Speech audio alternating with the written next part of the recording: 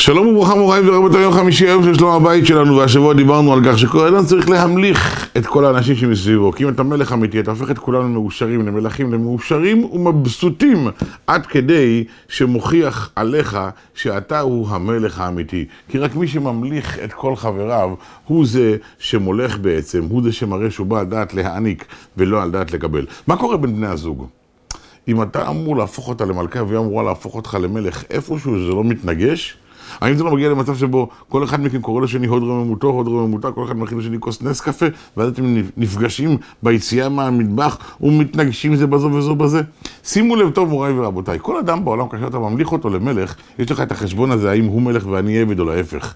היחידה שלעולם לא תוכל לחשוב עליה את המילים הללו היא אשתך, והיחיד שלעולם לא תוכלי לחשוב עליו את המחשבות הללו הוא בעלך. כי אם בעלך מלך, בעצם את מלכה.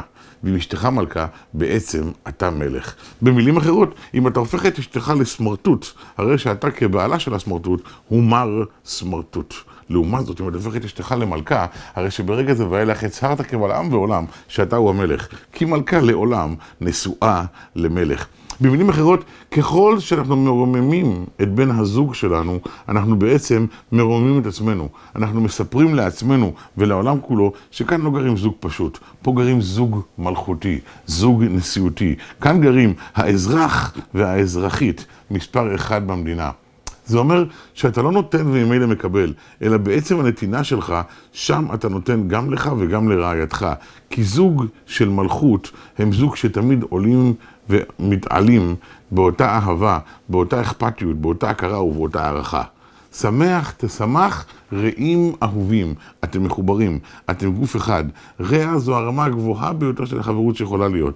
כאשר אתה ואשתך נמצאים ברמה הזו, ככל שהרמה הולכת ונוסקת, כך שניכם יחד הולכים ועולים וגובהים לרמות של שמי רוב. בהצלחה רבה לכולנו, וברכת אהבה ואחווה ושלום ורעות וברוכים תהיו.